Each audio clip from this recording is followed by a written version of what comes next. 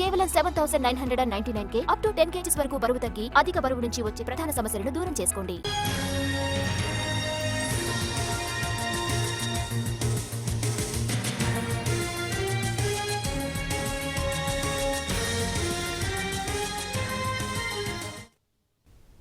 నిజామాబాద్ లో దొంగలు రెచ్చిపోయారు. జిల్లా కేంద్రంలో 2 ఏటీఎంలలో చోరీకి యత్నించారు.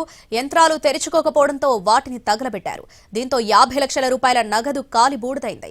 వర్నీ చౌరస్తా, వినాయకనగర్ లో దొంగలు చొరబడి ఏటీఎంలను ధ్వంసం చేశారు. బైక్ పై వచ్చిన 2 దొంగలు ఏటీఎం రూమ్ లోకి చొరబడగా మరో 2 కారులో వారికి కాపలాగా ఉన్నారు. సీసీ కెమెరాల్లో దొంగల దృశ్యాలు రికార్డయ్యాయి.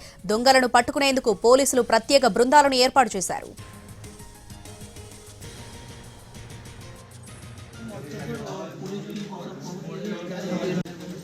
ये अंदर आए, सब जगह स्प्रे मार रहे हैं मुंह पे।